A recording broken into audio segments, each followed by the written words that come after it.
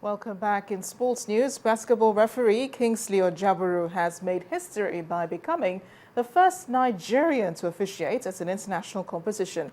Though Nigeria failed to qualify for the ongoing FIBA World Basketball Championship in Spain, Kingsley will be hoping to give the country a good representation at the world event. He told our sports correspondent Austin Okunakman that the experience will last forever.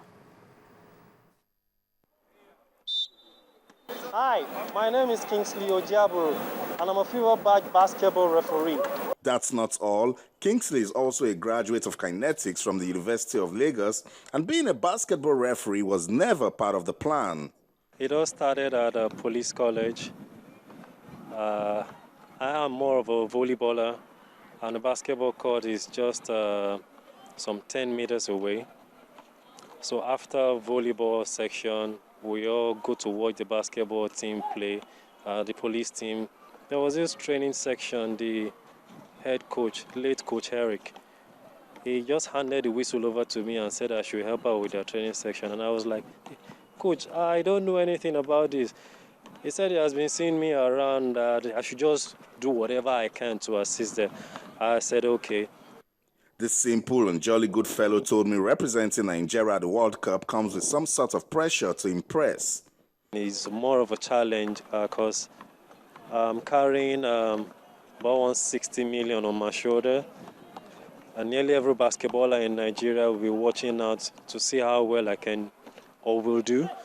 However I performed in that tournament will determine if any other Nigerian will be attending that same tournament, and as well as the number of African referees that will be invited for the World Championship. Okay, let's play some basketball. And since Kingsley understands the game, it takes me through the do's and don'ts. Look out for me at the next FIBA World Cup.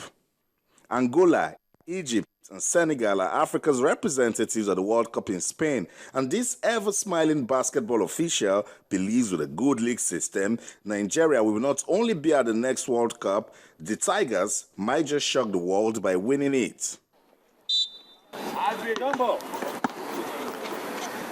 An unforgettable experience awaits Kingsley when he gets to represent Nigeria and Africa at the FIBA World Basketball Championships in Spain.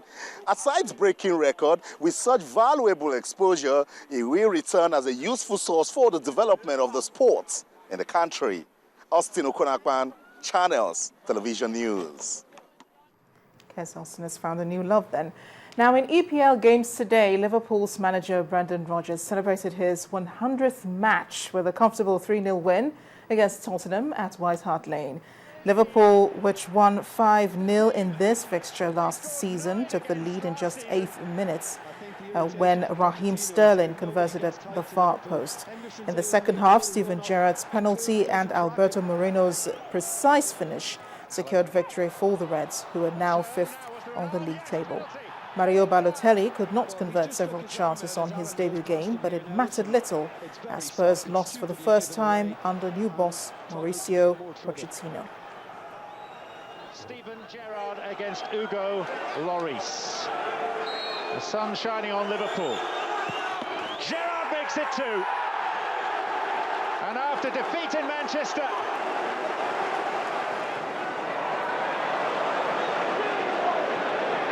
Moreno. Open ground ahead of him. No one's got to him. Moreno punishes Tottenham. He ran 2/3 of the length of the pitch and then buried it. At at the King Power Stadium, Leicester earned a deserved point in their second of the season after playing a 1-1 draw against Arsenal. Alexis Sanchez scored his first Arsenal league goal from close range after Yaya Sanogo had bundled the ball past keeper Kasper Schmeichel. But Nigel Pearson's side doubled up 2 minutes later when Argentine Leonardo Ulloa climbed above Laurent Koscielny to head in. The result takes Arsenal to 7th on the league table, while Leicester is 15th after enduring a tough start to the new season. They're starting to come for Arsenal and for Alexis Sanchez, and Leicester trail at home. Messi got, here we see the ball come in, a little dink over the wall, not offside. Sanogo's movement's good, the ball doesn't come down, he's reaching, stood very, very well. Here goes Slop again. Face to face with Flamini, aimed at Ojeaburu! Right back in it! Great ball by Slop. Ojeaburu did well, but it was a super ball by Slop. To cross that ball almost from the byline there at a great angle, and a clean, decisive header by Ojeaburu. His second goal this season. Well, at Villa Park, Aston Villa's unbeaten run in the Premier League continued with a 2-1 win against Hull City and moved up to third on the log. Gabriel Agbolahan's opened scoring on 14 minutes and Andreas Wiemann slotted home from 10 yards in the 36th. Hull pulled one back after the break when Nikia Jelovic's header deflected off Villa defender Ali Sissoko. To tennis, Caroline Wozniacki put up a good display to achieve a stunning win over 6th seed Maria Sharapova at the US Open. The Dane, seeded 11th, won 6-4, 2-6, 6-2 on a competitive day of action at Flushing Meadows.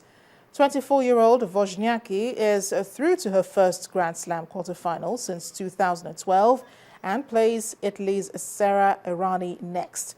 Wozniacki, who has been a bit up and down this year, says the victory means a lot to her.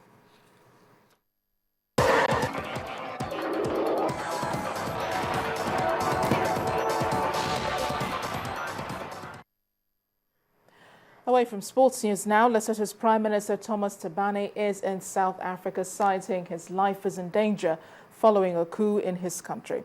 Soldiers are reported to have seized key government buildings, but deny a coup has taken place. There are troops on the streets of Maseru, and some say they heard gunfire. The army is understood to have acted after the Prime Minister attempted to remove its chief, Lieutenant General Kennedy Tilai Kamoli. Thabane said the army has rendered the government dysfunctional, an action that amounted to a coup. The South African government says it's worried about the situation in its neighbor and promised not to tolerate an unconstitutional change of government. Russian President Vladimir Putin wants to discuss eastern Ukraine's statehood. He made mention of this after EU leaders held a meeting today, issuing a one-week ultimatum for Russia to reverse course in Ukraine or face sanctions. Mr. Putin has dismissed the threats and accused the EU instead of backing a coup d'etat in the country. After the meeting today, European Council President Herman Van Rompuy promised the EU's readiness to take further significant steps in light of the situation. Well, several European leaders at the summit condemned Russia's actions and have indicated support for further sanctions if necessary. And finally, the Iraqi military says its troops are in the town or near the town of Amerli under control of the IS militants in northern Iraq.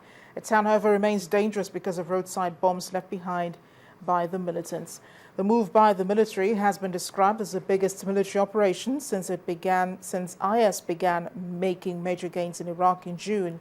The UK, France, Australia and the US have been dropping humanitarian aid in the town for a while now. The IS ideology has attracted would-be jihadists from a number of Western nations, including the UK, and has spread its message aggressively on social media, often posting gruesome pictures of beheadings and mass killings.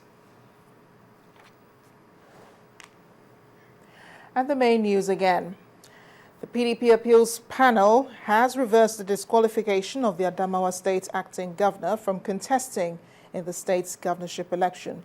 Ojeaburu Fintiri has been cleared to contest.